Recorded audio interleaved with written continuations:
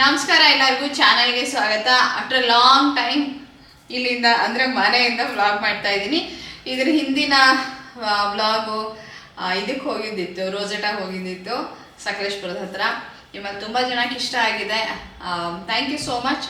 ಇಷ್ಟಪಟ್ಟು ಒಳ್ಳೊಳ್ಳೆ ಕಾಮೆಂಟ್ಸ್ ಮಾಡಿದವ್ರಿಗೆ ಸುಮಾರು ಜನ ವಿಡಿಯೋನ ಕೂಡ ನೋಡಿದ್ದೀರಾ. ಇವತ್ತಿನ ದಿವಸ ಬ್ಲಾಗಲ್ಲಿ ನನ್ನ ಹೊಸ ಪರ್ಚೇಸ್ ಇದನ್ನು ತೋರಿಸೋಣ ಅಂಥೇಳಿ ಅಂದ್ಕೊಂಡೆ. ಆ್ಯಕ್ಚುಲಿ ಇವತ್ತು ಬ್ಲಾಗ್ ಸ್ಟಾರ್ಟ್ ಮಾಡಬೇಕು ಅಂತ ಏನಿರಲಿಲ್ಲ, ಆದರೆ ಯಾಕೆ ಮಾಡೋಣ ಅಂತ ಅಂದ್ಕೊಂಡೆ ಅಂದರೆ ಹೊಸದಾಗಿ ಇದನ್ನು ತೊಗೊಂಡೆ. ಏನಿದು ಅಂತಂದರೆ ವಿನೋದ್ ಕುಕ್ಕರು, ಸ್ಟೀಲ್ ಕುಕ್ಕರು ಇದು. ಇವತ್ತೇನು ಬ್ಲಾಗ್ ಮಾಡೋ ಉದ್ದೇಶ ಇರಲಿಲ್ಲ, ಆದರೆ ಈ ಪ್ಯಾಕ್ನ ಓಪನ್ ಮಾಡಬೇಕು ಅಂತ ಹೇಳೇ ಇವತ್ತು ಬ್ಲಾಗ್ ಮಾಡೋಣ ಅಂತ ಅಂದ್ಕೊಂಡೆ. ಇದೇನು ಅಂತ ಅಂದರೆ ವಿನೋದ್ ಸ್ಟೀಲ್ ಕುಕ್ಕರು. ಎಷ್ಟು ಲೀಟ್ರದ್ದು? 2 ಲೀಟರ್ಸ್ ಕುಕ್ಕರ್ ಇದು. SAS ಬಾಟಮ್ ಇರೋ ಅಂಥದ್ದು ಸ್ಟೀಲ್ ಕುಕ್ಕರು. ಇದನ್ನು ನಾನು ಅನ್ಬಾಕ್ಸ್ ಮಾಡಬೇಕಾಗಿತ್ತು, ಮಾಡಿಬಿಟ್ಟು ಬಳಸಬೇಕಾಗಿತ್ತು. ತೊಗೊಂಬಂದು ಇಟ್ಟಾಗಲೇ 2-3 ದಿವಸ ಆಯಿತು. ಕ್ಯಾಮ್ರಾ ಮುಂದೆ ಇದನ್ನು ಅನ್ಬಾಕ್ಸ್ ಮಾಡಿ ನಿಮಗೆಲ್ಲ ತೋರಿಸ್ಬಿಟ್ಟು ಆಮೇಲೆ ಉಪಯೋಗಿಸೋದಕ್ಕೆ ಶುರು ಮಾಡೋಣ ಅಂಥೇಳಿ ಇದನ್ನು ಹೀಗೆ ಇಟ್ಟೀನಿ. ಹಾಗೆ ಉಪಯೋಗಿಸೋಕೆ ಶುರು ಮಾಡಿಬಿಟ್ರೆ ಅದೇನೋ ಮಾಡೋದಕ್ಕೆ ಮನ್ಸು ಬರಲಿಲ್ಲ. ನಿಮಗೆಲ್ಲ ತೋರಿಸೋಣ, ನಿಮಗೂ ಎಲ್ಲ ಉಪಯೋಗ ಬರೋ ಅಂಥದ್ದು, ಇಷ್ಟ ಆಗುವಂಥದ್ದು ತಿಳ್ಕೊಳ್ಳೋಕ್ಕೆ ನಿಮಗೂ ಕೂಡ ಒಂದು ಕುತೂಹಲ ಇರುತ್ತೆ. ಸರಿ, ನಿಮ್ಮ ಮುಂದೆನೇ ಅನ್ಬಾಕ್ಸ್ ಮಾಡೋಣ ಅಂಥೇಳಿ ಇದನ್ನು ಇಟ್ಕೊಂಡು ಕಾಯ್ತಾ ಇದ್ದೆ. ಇವತ್ತಿನ ದಿವಸ ಇನ್ನೇನು ಜಾಸ್ತಿ ಬ್ಲಾಗ್ ಮಾಡ್ತೀನೋ ಗೊತ್ತಿಲ್ಲ, ಬಟ್ ಈ ಕುಕ್ಕರ್ನ ತೋರಿಸ್ತೀನಿ. ಇದು ಅಂದರೆ ಅದನ್ನು ಅನ್ಬಾಕ್ಸ್ ಮಾಡ್ತೀನಿ, ಆಮೇಲೆ ಬ್ಲಾಗ್ ಕಂಟಿನ್ಯೂ ಆಗ್ತಾ ಹೋಗುತ್ತೆ. ಇದಕ್ಕೂ ಮುಂಚೆ ಕೂಡ ಒಂದು ಬ್ಲಾಗ್ ರಿಲೀಸ್ ಆಗಿರುತ್ತೆ, ನೀವು ನೋಡಿದ್ದೀರಾ ಅಂತ ಅಂದ್ಕೊಳ್ತೀನಿ, ರೋಜೆಟಾ ಆದಮೇಲೆ. ಸೊ ಇದು Vinod cooker, intelligent cooker, ideal for cooking ಅಂತೆಲ್ಲ ಬಾಕ್ಸ್ ಬಂದಿದೆ. SAS ಬಾಟಮ್ ಇರೋ ಅಂಥದ್ದು. ಸ್ಟೀಲ್, ಅಲ್ಯೂಮಿನಿಯಂ ಸ್ಟೀಲ್ ಏನಿದೆಯಲ್ಲ ಅದನ್ನು SAS ಬಾಟಮ್ ಅಂತ ಅಂತಾರೆ.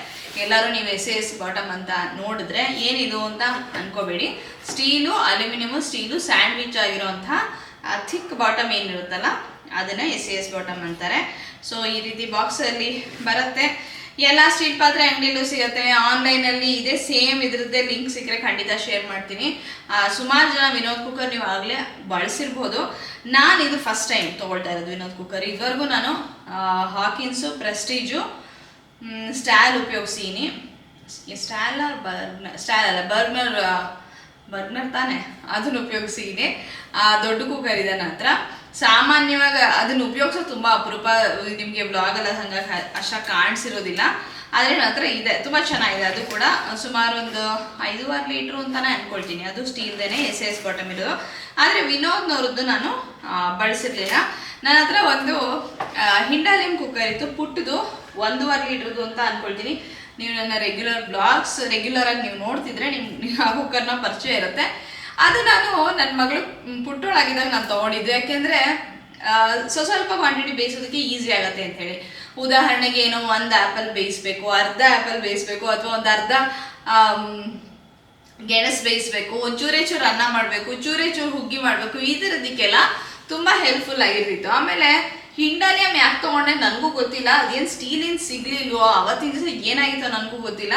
ಸಾಮಾನ್ಯವಾಗಿ ಅನ್ನ ಇದೆಲ್ಲನೂ ದೊಡ್ಡ ಕುಕ್ಕರಲ್ಲೇ ಆಗಿರುತ್ತೆ, ಅದನ್ನೇ ಮಕ್ಳಿಗೂ ತಿನ್ನಿಸ್ತೀವಿ. ಅನ್ನ ಎಲ್ಲ ಏನು ಸಪ್ರೇಟಾಗಿ ಮಾಡೋದಕ್ಕೆ ಹೋಗಿಲ್ಲ. ಚಿಕ್ಕ ಪುಟ್ಟ ಸಾಮಾನು ಅಂದರೆ ಪದಾರ್ಥಗಳು ಬೇಯಿಸೋ ಅಂಥದಕ್ಕೋಸ್ಕರ ಅಷ್ಟು ಚಿಕ್ಕ ಕುಕ್ಕರ್ ತೊಗೊಂಡಿದ್ದೆ ಅಂತಲೇ ಅನಿಸ್ತೀನಿ. ಹಿಂಡಾಲಿಯಂ ತೊಗೊಂಡಿದ್ದೆ.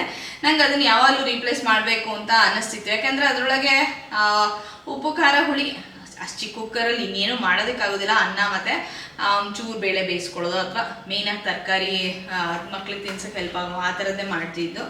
ಚೇಂಜ್ ಮಾಡಬೇಕು ಅಂತ ಇತ್ತು, ಈಗೇನು ಅದರ ಅವಶ್ಯಕತೆ ಇಲ್ಲ ಅಂಥೇಳಿ.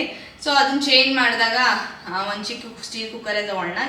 ಚಿಕ್ಕ ಸ್ಟೀಲ್ ಕುಕ್ಕರ್ಗಳು ನಂಗೆ ತುಂಬ ಯೂಸ್ ಆಗುತ್ತೆ. ಬೆಳಗ್ಗೆ ಹೊತ್ತು ಕ್ವಿಕ್ಕಾಗಿ ಅಡುಗೆ ಮಾಡೋದಕ್ಕೆ ತುಂಬ ಸಹಾಯ ಆಗುತ್ತೆ. ನೀವು ಏನಾದರೂ ದೊಡ್ಡದು ಇಟ್ಕೊಂಡು ತುಂಬ ಟೈಮ್ ಕನ್ಸ್ಯೂಮಿಂಗ್ ಆಗಿದೆ ಅದು ಅಡುಗೆ ಮಾಡೋದಕ್ಕೆ ಅಂದರೆ ಈ ಥರ ಚಿಕ್ಕ ಚಿಕ್ಕ ಕುಕ್ಕರ್ಗಳನ್ನ ಇಟ್ಕೊಂಡು ಟ್ರೈ ಮಾಡಿ. ಇದು ನೋಡೋದಕ್ಕೆ ಚಿಕ್ಕದಿರುತ್ತೆ, ಬಟ್ ಸಾಕಷ್ಟು ಕ್ವಾಂಟಿಟಿ ಆರಾಮಾಗಿ ಒಂದು 3-4 ಜನಕ್ಕೆ ಸಾರು, ಹುಳಿ, ಬೇಕಾಗಿರೋ ಬೇಳೆ ಬೇಯಿಸ್ಕೊಳ್ಳೋದಕ್ಕಾಗತ್ತೆ, ತರಕಾರಿ ಬೇಯಿಸೋದಕ್ಕಾಗತ್ತೆ. ಕ್ವಿಕ್ಕಾಗಿ 1-2-3 ಜನಕ್ಕೆ ಅನ್ನ ಮಾಡಬೇಕು ಅಂತಂದರೆ, ಹೆಚ್ಚು ಕ್ವಾಂಟಿಟಿ ಅಲ್ಲ, ಒಂದು ಮೀಡಿಯಮ್ ಇದು ಕ್ವಾಂಟಿಟಿ ತಿಂತಾರೆ ಅಂತಂದರೆ ಅದಕ್ಕೆ ಮಾಡೋದಕ್ಕೆಲ್ಲ ತುಂಬ ಈಸಿಯಾಗಿರುತ್ತೆ. ಏನೋ ಒಂದು ಕೆಲವೊಂದ್ಸತಿ ಏನಾಗುತ್ತೆ, ಒಗ್ಗರಣೆಗೆ ಪಲ್ಯಕ್ಕೆ ತರಕಾರಿ ಬೇಯಿಸ್ಕೋಬೇಕು ಅಂತಿರುತ್ತೆ, ಅದನ್ನ ಸಪ್ರೇಟಾಗಿ ಬೇಯಿಸೋದು ಅಥವಾ ಒಗ್ಗರಣೆಗೆ ಬೇಯಿಸೋದು ಕಾಯ್ತಾ ಇರೋದಕ್ಕಾಗೋದಿಲ್ಲ. ಇದ್ರೊಳಗೆ ಸ್ವಲ್ಪ ನೀರು ಹಾಕ್ಬಿಟ್ಟು 1 ವಿಸಿಲು ಈ ಥರ ಎಲ್ಲ ಕೂಸ್ಕೊಳ್ಳೋದಕ್ಕೆ ತುಂಬ ಹೆಲ್ಪ್ಫುಲ್ ಆಗುತ್ತೆ ಚಿಕ್ಕ ಚಿಕ್ಕ ಕುಕ್ಕರ್ಗಳು. ಯಾವತ್ತು ಚಿಕ್ಕ ಕುಕ್ಕರ್ನ ಒಲೆ ಮೇಲೆ ಇಟ್ಟಾಗ ಒಲೆ ಉರಿನ ತುಂಬ ಕಡಿಮೆ ಇಡಬೇಕು, ಜೋರಾಗಿ ಇಡಬೇಡಿ. ಇಟ್ಟರೆ ಕುಕ್ಕರ್ ಹಾಳಾಗುತ್ತೆ, ಗ್ಯಾಸ್ಕೆಟ್ಗಳು ಬೇಗ ಹೋಗುತ್ತೆ, ಸೇಫ್ಟಿ ವಾಲ್ ಹೋಗುತ್ತೆ, ಇದೆಲ್ಲ ಇರುತ್ತೆ. ಸೊ ಇದು ಗ್ಯಾರಂಟಿ ವಾರಂಟಿ ಕಾರ್ಡ್ ಇರುತ್ತಲ್ಲ ಅದು. ಜೊತೆಗೆ ಇದು ಮುಚ್ಚಳ ಈ ರೀತಿ ಇದೆ. ಇದರ ಗ್ಯಾಸ್ಕೆಟು ಸಿಲಿಕಾನ್ದಿದು 5 ವರ್ಷ ವಾರಂಟಿ ಇರುತ್ತೆ ಅಂತ ಅಂತಾರೆ. ಸೊ ತೊಳೆಯೋದು ತುಂಬ ಸುಲಭ ಆಗಿದೆ ಅಂತ ಅನ್ಸು. ಈ ಸತಿ ಮತ್ತೆ ಹಾಕಿನ್ಸಿಗೆ ಹೋಗೋ ಬದಲು ಇದನ್ನು ಟ್ರೈ ಮಾಡೋಣ ಅಂತ ಅಂದ್ಕೊಂಡೆ. ಇದ್ರ ರಿವ್ಯೂ ಚೆನ್ನಾಗಿದೆ, ನನಗೂ ಗೊತ್ತು. ನನಗೆ ಗೊತ್ತಿರೋರ ಮನೆಗಳಲ್ಲೂ ಇದನ್ನು ಸಾಕಷ್ಟು ನನ್ನ ಫ್ರೆಂಡ್ಸು ಫ್ಯಾಮಿಲಿಲಿ ಉಪಯೋಗಿಸಿದ್ದಾರೆ. ಇದು ಪಾತ್ರೆ ಕುಕ್ಕರ್ದು 2 ಲೀಟ್ರಷ್ಟು ಕೆಪಾಸಿಟಿ ಇರೋವಂಥದ್ದು. ಅಫ್ಕೋರ್ಸ್ ವೆಯ್ಟ್ ಬಂದಿರುತ್ತೆ.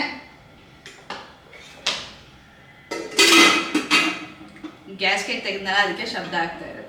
ಸೊ ಇದೇನೆ ಹೊಸ ವಿನೋದ್ 2 ಲೀಟರ್ಸ್ SAS ಇರೋವಂಥ ಬಾಟಮ್ ಇರೋವಂಥ ಕುಕ್ಕರು. ಸೊ ಇದೇನೆ ವಿನೋದ್ ಅವರ 2 ಲೀಟರ್ SAS ಬಾಟಮ್ ಇರೋವಂಥ ಸ್ಟೀಲ್ ಕುಕ್ಕರು ನಾನು ಪರ್ಚೇಸ್ ಮಾಡಿದ್ದು. ಹಳೆ ಕುಕ್ಕರಿಗೆಲ್ಲ ಏನು ಜಾಸ್ತಿ ಬೆಲೆ ಕೊಡೋದಿಲ್ಲ. ಈಗ ಮನೇಲಿ ಇಟ್ಕೊಂಡು ನಾವು ಅದನ್ನೊಂದು ಏನೋ ಒಂದು ಸುಮ್ಮನೆ ಮೂಲೆಯಲ್ಲಿ ಬಿದ್ದಿರೋದಕ್ಕಿಂತ ಇನ್ಯಾರಿಗೋ ನಿಮ್ಗೆ ಇಷ್ಟು ಚಿಕ್ಕ ಕುಕ್ಕರ್ ಬೇಕಂತ ಹುಡ್ಕೊಂಡೋಗಿ ಅವ್ರಿಗೆ ಕೊಡೋದು, ಇದೆಲ್ಲದು ಯೋಚನೆ ಮಾಡಿ ಬೇಡ ಬಿಡೋದನ್ನು ಕೊಟ್ಬೋಣ. ಒಂದು MRP ಮೇಲೆ ಒಂದು 20% ಅಷ್ಟು ನನಗೆ ಡಿಸ್ಕೌಂಟ್ ಸಿಕ್ತು. ಅವ್ರದ್ದು ಏನೋ ಒಂದು ಎಕ್ಸ್ಚೇಂಜ್ ಆಫರ್ ಅಂತಿರುತ್ತೆ. ಎಲ್ಲ ಸ್ಟೀಲ್ ಪಾತ್ರೆ ಅಂಗಡಿಗಳಲ್ಲೂ ಏನಾರೋ ಒಂದಿರುತ್ತೆ. ನೀವು ಇದು ಎಲ್ಲಿ ತೊಗೊಂಡ್ರಿ, ಇದೇ ತೊಗೊಂಡ್ರೆ ಅಲ್ಲೇ ತೊಗೊಂಡ್ರೆ ಅಂತ ತಲೆ ಕೆಡ್ಸ್ಕೊಳ್ಕೋಬೇಡಿ. ಎಲ್ಲ ಸ್ಟೀಲ್ ಪಾತ್ರೆ ಅಂಗಡಿಯಲ್ಲೂ ಎಕ್ಸ್ಚೇಂಜ್ ಆಫರ್ ಅಂತ ಹೇಳಿ ಒಂದು 20% ತನಕ 15 to 20% ಅಂತೂ ಕೊಡ್ತಾರೆ. ಕೆಲವ್ರು ಇನ್ನೂ ಒಂಚೂರು ಜಾಸ್ತಿ ಕೊಡ್ಬೋದೇನೋ ಗೊತ್ತಿಲ್ಲ. ಸೊ ಒಂದು 20% ಅಷ್ಟು ಡಿಸ್ಕೌಂಟ್ ಸಿಕ್ಕಿ ಹಳೆ ಕುಕ್ಕರು ಕೊಟ್ಟು ಎಲ್ಲ ಆಗಿ 1900 ಚಿಲ್ಲರೆ ಕೊಟ್ಟೆ. ನಾನು ಇದಕ್ಕೆ ಒಂದು 400 ರೂಪಾಯಿ ಅಷ್ಟು, 400 ಇಂದ 450 ರೂಪಾಯಿ ಅಷ್ಟೇನೋ ನನಗೆ ಡಿಸ್ಕೌಂಟ್ ಸಿಕ್ಕಂಗಾಯಿತು. ಸೊ ಇದನ್ನು ಉಪಯೋಗಿಸ್ಬೇಕು, ಅದಕ್ಕೋಸ್ಕರ ವ್ಲಾಗಲ್ಲಿ ನಿಮಗೆ ತೋರಿಸ್ಬೇಡ ಅಂತೇಳಿ.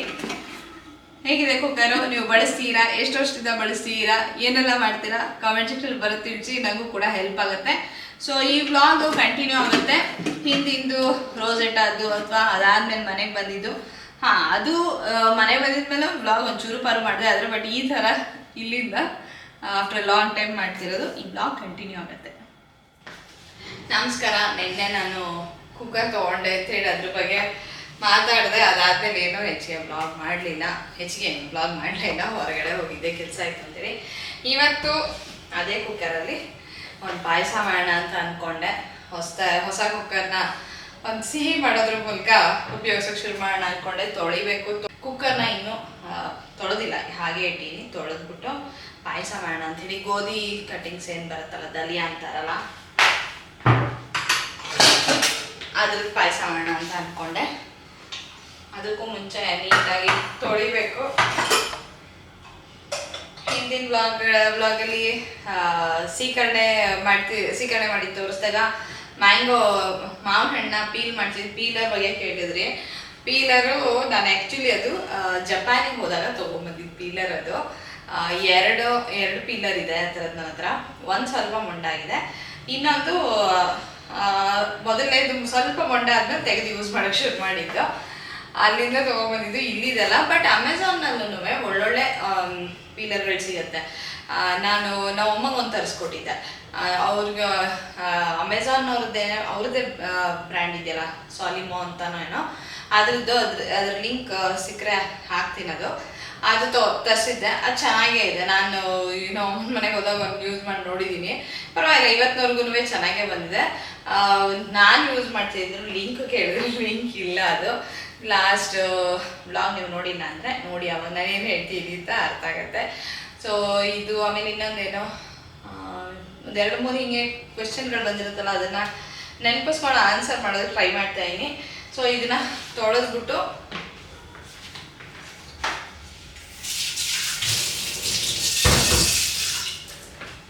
ಆಮೇಲೆ ಪಾಯಸ ಮಾಡೋಣ ಅಂಥೇಳಿ.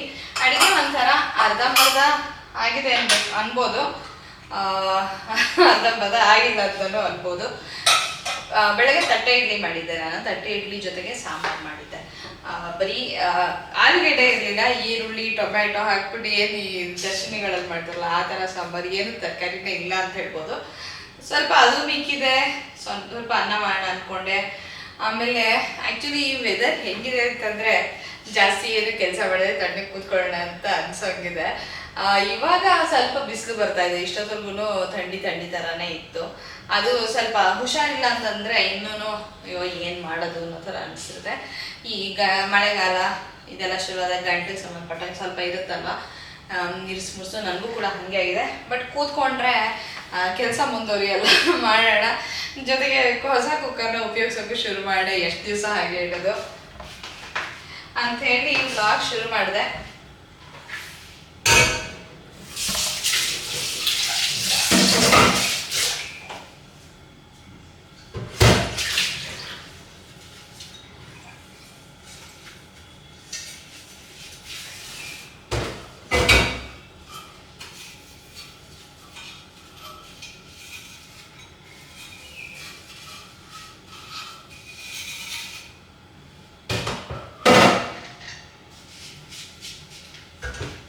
ಈ ಕುಕ್ಕರ್ನ ತಗೊಂಡಾಗ ಇದ್ರ ಗ್ಯಾಸ್ಕೆಟ್ನ ಅಂಗಡಿಯವರು ಒಂದು ವಿಷಯ ಹೇಳಿದ್ರು. ಏನು ಅಂತ ಅಂದ್ರೆ, ಒಂದು ನಿಮಿಷ ತೊಳೆದ್ಬಿಟ್ಟು ಬಂದು ಮಾತಾಡ್ತೀನಿ.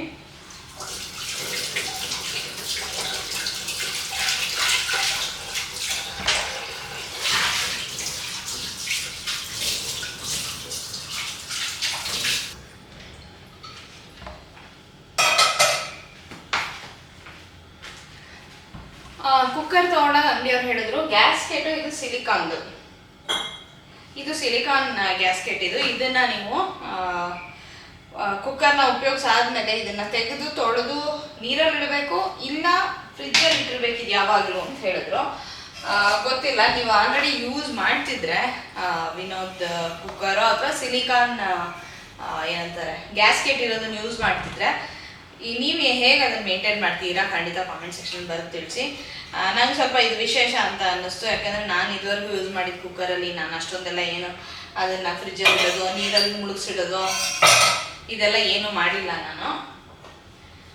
ಕುಕ್ಕರ್ ಕೂಗಾದ್ಮೇಲೆ ಅದನ್ನು ತೆಗೆದು ತೊಳೆದಿಡೋದು, ಇಲ್ಲ ಒಂದೊಂದ್ಸತಿ ಮೋಸ್ಟ್ ಆಫ್ ದ ಟೈಮ್ ಮುಚ್ಚಳದಲ್ಲಿ ಹಾಗೆ ಉಳಿದಿರುತ್ತೆ, ಅದನ್ನು ತೆಗಿಯೋಕ್ಕೂ ಹೋಗಿರಲ್ಲ.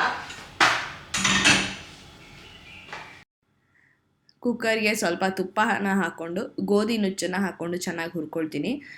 ತುಪ್ಪದಲ್ಲಿ ಗೋಧಿ ನುಚ್ಚು ಚೆನ್ನಾಗಿ ಒಂದು ರೀತಿ ಪಫ್ ಆಗುತ್ತೆ ಅಂತಾರಲ್ಲ, ಗುಂಡಾಗಿ ಚೆನ್ನಾಗಿ ಕರ್ದಾಗತ್ತಲ್ಲ, ಆ ಥರ ಆಗಬೇಕು. ಆವಾಗ ಒಳ್ಳೆ ರುಚಿ ಬರುತ್ತೆ ಪಾಯಸದಲ್ಲಿ ಅಂತ ಹೇಳ್ಬೋದು. ತುಪ್ಪ ಏನು ಜಾಸ್ತಿ ಬೇಕಾಗೋದಿಲ್ಲ ಈ ಪಾಯಸಕ್ಕೆ, ಕಡಿಮೆ ಅಂದರೆ ಒಂದೆರಡು ಚಮಚ 3 ಚಮಚ ಹಾಕ್ಕೊಂಡು ಕೂಡ ಮಾಡ್ಬೋದು. ರುಚಿಗೋಸ್ಕರ ಇನ್ನೊಂಚು ಜಾಸ್ತಿ ಬೇಕಾದ್ರೂ ಹಾಕ್ಕೋಬೋದು, ಏನು ರಿಸ್ಟ್ರಿಕ್ಷನ್ ಅಂತೂ ಇಲ್ಲ. ಈ ತುಪ್ಪ ಅಂತೂ ನಾನು ನನ್ನ ಹಿಂದಿನ ವ್ಲಾಗ್ಗಳಲ್ಲಿ ತೋರಿಸಿದ್ದೀನಿ. ಅಕ್ಷಯಕಲ್ಪದೇನು ಬೆಣ್ಣೆ ಐತಲ್ಲ ಅದನ್ನು ಕಾಯಿಸ್ಬಿಟ್ಟು ತುಪ್ಪ ಮಾಡಿದ್ದು. ತುಂಬ ಅಂದರೆ ತುಂಬ ಮರಳಾಗಿ ಘಮ ಅಂತ ಸುವಾಸನೆ ಬರ್ತಾ ಇದೆ ತುಪ್ಪ. ಒಂದು 4 ಚಮಚ ಹಾಕೋ ಕಡೆ 2 ಚಮಚ ಹಾಕಿದ್ರೂ ಸಾಕೇನೋ ಅಂತ ಅನಿಸುತ್ತೆ ನಿಜವಾಗ್ಲೂ. ಇದು ನನಗೊಂದು ಅನುಭವಕ್ಕೆ ಬಂದಿದ್ದು. ಗೋಧಿ ನುಚ್ಚನ್ನು ಹಾಕ್ಕೊಳ್ತಾ ಇದ್ದೀನಿ. ಗೋಧಿ ನುಚ್ಚಲ್ಲಿ ಹುಗ್ಗಿ ಮಾಡ್ಬೋದು, ಪಾಯಸ ಮಾಡ್ಬೋದು, ಪಲಾವ್ ಮಾಡ್ಬೋದು, ಎಷ್ಟು ಥರ ಮಾಡ್ಬೋದು. ಇವಾಗ ಹುರ್ಕೊಂಡು ಚೆನ್ನಾಗಿ ಇದ್ರ ಜೊತೆಗೇ 1-2 ಏಲಕ್ಕಿನ ಹಾಕ್ಕೊಳ್ತೀನಿ. ಪಾಯಸನ ನೀವು ಏಲಕ್ಕಿನಾರು ಹಾಕ್ಬಿಟ್ಟು ಫ್ಲೇವರ್ ಕೊಡ್ಬೋದು, ಅಂದರೆ ಏಲಕ್ಕಿ ಫ್ಲೇವರಲ್ಲಿ ಪಾಯಸ ಮಾಡ್ಬೋದು, ಅಥವಾ ಲವಂಗ ಕೂಡ ಹಾಕ್ಕೋಬೋದು. 1-2 ಲವಂಗನ ಈ ತುಪ್ಪ ಹಾಕಿದ್ವಲ್ಲ, ತುಪ್ಪ ಬಿಸಿ ಆದ ತಕ್ಷಣ 1-2 ಲವಂಗ ಹಾಕ್ಕೊಂಡು ಹುರ್ಕೊಂಡು ಕೂಡ ಮಾಡ್ಬೋದು. ಈ ಏಲಕ್ಕಿನ ತುಪ್ಪ ಹಾಕಿದ ತಕ್ಷಣವೇ ಹಾಕ್ಬೋಯಿತ್ತು. ಒಂದೊಂದ್ಸರಿ ಏನಾಗುತ್ತೆ, ಸ್ವಲ್ಪ ಶಾಖ ಜಾಸ್ತಿ ಇದೆಯೇನೋ ಅಂತ ಅನ್ಸುತ್ತಲ್ಲ, ಅದಕ್ಕೋಸ್ಕರ ಹಾಕಲಿಲ್ಲ. ಆಮೇಲೂ ಕೂಡ ಗೋಧಿ ನುಚ್ಚು ಹುರಿಬೇಕಾದ್ರೆ ಹಾಕಿದ್ರೆ ಅದ್ರ ಫ್ಲೇವರ್ ಚೆನ್ನಾಗೇ ಬಿಟ್ಕೊಳತ್ತೆ, ಅದ್ರ ಘಮ ಚೆನ್ನಾಗಿರುತ್ತೆ. ಆಮೇಲೆ ಇನ್ನೊಂದು ಏನು ಗೊತ್ತಾ, ಈ ಥರ ಹುರಿಬೇಕಾದ್ರೆ ಹಾಕೋದಕ್ಕಿಂತ ನೀವು ಆಮೇಲೆ ಪುಡಿ ಮಾಡಿ ಹಾಕ್ತಿರಲ್ಲ, ಇದಕ್ಕೂ ತುಂಬ ವ್ಯತ್ಯಾಸ ಇರುತ್ತೆ. ನನ್ನ ಅನುಭವಕ್ಕೆ ಬಂದಿದ್ದು, ಇದಕ್ಕೆ ನೀವು ಈ ರೀತಿ ಬೇಯಿಸೋದಕ್ಕೆ ಹಾಕಿದಾಗ ಇಡೀ ಏಲಕ್ಕಿನ ಅದ್ರ ಘಮ, ಅದ್ರ ರುಚಿನೇ ಬೇರೆ. ನೀವು ಬರೀ ಮೇಲೆ ಪುಡಿ ಮಾಡಿ ಹಾಕೋದ್ರಿಂದ ಅದ್ರ ರುಚಿ ಘಮನೇ ಬೇರೆ.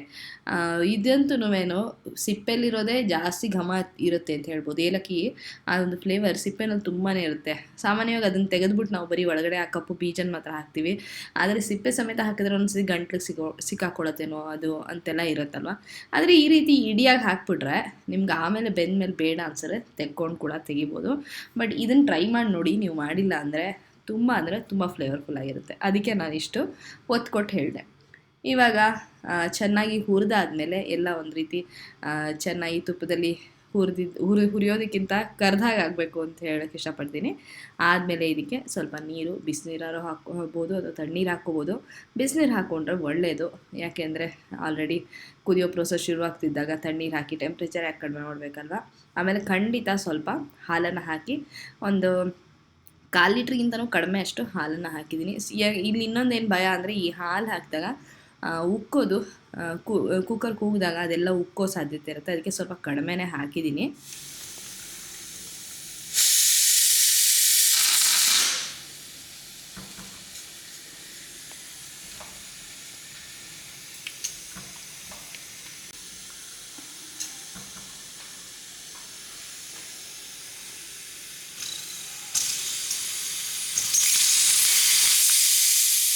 ಕುಕ್ಕರ್ ಕೂಗಿ ಕೂಲಾಯಿತು, ಪಾಯಸ ಮಾಡಬೇಕು. ಹಾಗೇನೆ ಅನ್ನಕ್ಕೂ ಇಟ್ಟಿದ್ದೀನಿ. ಮತ್ತೆ ವಾಪಸ್ ಸ್ಕೂಲು ಕಾಲೇಜ್ಗಳೆಲ್ಲ ಶುರುವಾಗೋಗಿದೆ. ಸೊ ರೊಟೀನ್ ಎಲ್ಲ ಅಂದರೆ ಈ ಸ್ಕೂಲು ಕಾಲೇಜು ನಡೀತಿದ್ದಾಗ ಏನು ರೊಟೀನ್ ಇರುತ್ತಲ್ಲ ಆ ರೊಟೀನ್ ವಾಪಸ್ ಬಂದರೆ ನನಗೆ ತುಂಬ ಖುಷಿ ಆಗುತ್ತೆ. ಯಾಕೆಂದರೆ ಸಾಕಷ್ಟು ಟೈಮ್ ಸಿಗುತ್ತೆ. ಬೆಳಗ್ಗೆ ಬೇಗ ಎದ್ದು ಅಡುಗೆ ತಿಂಡಿ ಕೆಲಸ ಮುಗಿಸ್ಕೊಂಡ್ಬಿಟ್ರೆ ಆಮೇಲೆ ಮಧ್ಯಾಹ್ನದ ಹೊತ್ತು ಏನು ಟೈಮ್ ಇರುತ್ತಲ್ಲ, ಒಂದು 2-3 ಗಂಟೆಗಳ ಕಾಲ ಆರಾಮಾಗಿ ನಮಗೆ ಇರ್ತಾನೆ ಸಿಗುತ್ತೆ. ಆ ಟೈಮಲ್ಲಿ ನಮಗೆ ಬೇಕಾಗಿದ್ದನ್ನ ಅಥವಾ ನಮಗೆ ಮನೆಗೆ ಸಂಬಂಧಪಟ್ಟಾಗಿರ್ಬೋದು ಅಥವಾ ಇನ್ನೇನೇ ಕೆಲಸ ಇದ್ರು ಮಾಡ್ಕೋಬೋದು. ಸೊ ನನಗಂತೂ ವಾಪಸ್ಸು ಏನು ಈ ಥರದ ರೊಟೀನಿಗೆ ಬರೋದಿಲ್ಲ, ಭಾರಿ ಖುಷಿ ಕೊಡ್ತಿರುತ್ತೆ. ಸ್ವಲ್ಪ ಹೊತ್ತು ನಮಗೆ ಅಂದರೆ ಪರ್ಸ್ನಲ್ ಕೇರಿಗೆ ಸ್ವಲ್ಪ ಟೈಮ್ ಕೊಡ್ಬೋದು. ಇಲ್ಲದಿದ್ರೆ ಎಲ್ಲದು ಈ ಸಮ್ಮರ್ ಹಾಲಿಡೇಸ್ ಇರ್ಬೋದು, ಯಾವುದೇ ಹಾಲಿಡೇಸ್ ಇರ್ಬೋದು, ಈ ಕ್ರಿಸ್ಮಸ್ ಟೈಮಲ್ಲಿ ಅಥವಾ ನವರಾತ್ರಿ ಟೈಮಲ್ಲಿ ಒಂಥರ ಹೆಂಗೆ ನಡೀತಿರುತ್ತೆ ಅಂದರೆ ಇಡೀ ದಿವಸ ಅಡುಗೆ ಮನೆ ಸುತ್ತಮುತ್ತ ಕೆಲಸ ಅದರಲ್ಲೇ ನಡೀತಿರುತ್ತೆ. ಬೇರೆ ಕಡೆ ಜಾಸ್ತಿ ಗಮನ ಕೊಡೋದಕ್ಕೆ ಆಗೋದಿಲ್ಲ. ಆಗುತ್ತೆ ಒಂಚೂರು ಮಾಡೋಕ್ಕೆ, ಬಟ್ ಫ್ರೀಯಾಗಿ ನಮಗೆ ಟೈಮ್ ಸಿಕ್ತು ಅಂತ ಅನಿಸೋದೇ ಇಲ್ಲ. ಸೊ ಇವಾಗ ಪಾಯಸ ಮಾಡಿ ಅನ್ನ ಆಗೋದಕ್ಕೆ ಇಟ್ಟಿದ್ದೀನಿ. ಅನ್ನ ಮೋಸ್ಟ್ಲಿ ಕುಕ್ಕರ್ ಕೂಗ್ಬೋದು.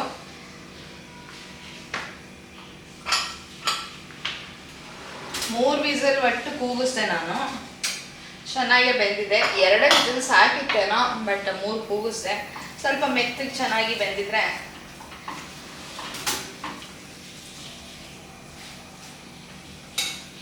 ತೋರಿಸ್ತೀನಿ ಹಿಂಗಾಗಿದೆ ಅಂತ.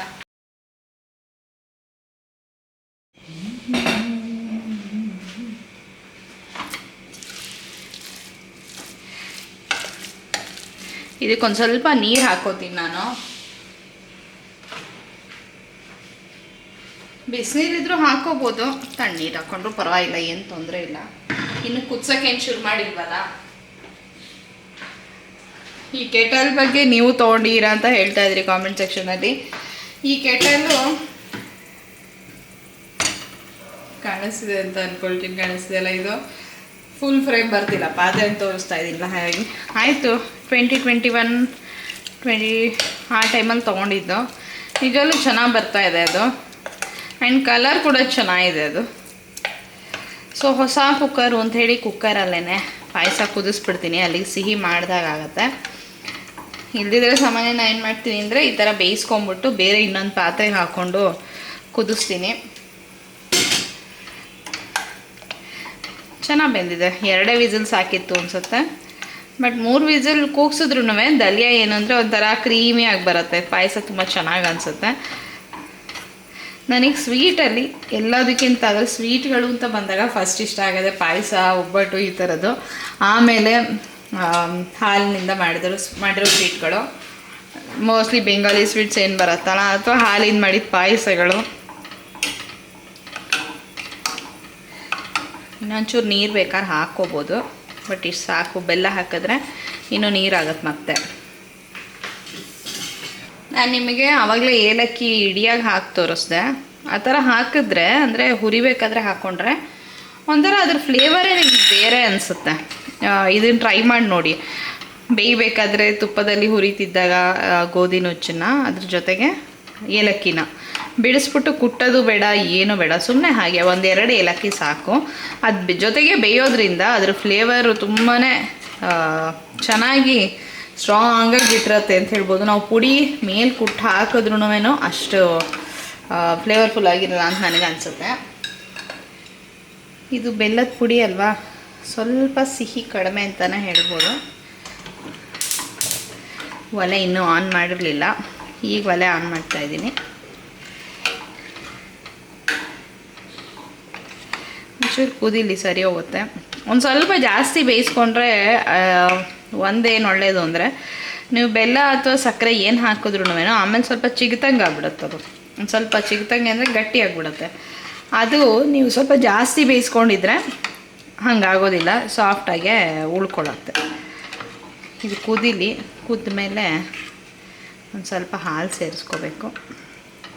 ಇದು ಹಾಲಲ್ಲಿ ಬೇಯಿಸ್ಬೇಕಾದ್ರೂ ಕೂಡ ಹಾಲು ಹಾಕಿದ್ನಲ್ಲ, ಅದು ಒಳ್ಳೆ ರುಚಿ ಕೊಡುತ್ತೆ. ಇದು ನೀವು ಬರೀ ನೀರಲ್ಲಿ ಬೇಯಿಸ್ಕೊಂಡು ಮಾಡೋದಕ್ಕಿಂತ ಹಾಲನ್ನು ಹಾಕಿ ಬೇಯಿಸಿದ್ರೆ ತುಂಬ ಚೆನ್ನಾಗಿ, ಅಂದರೆ ಒಂಥರ ಕ್ರೀಮಿ ಟೇಸ್ಟ್ ಏನಿದೆಯಲ್ಲ ಅದು ಬರುತ್ತೆ.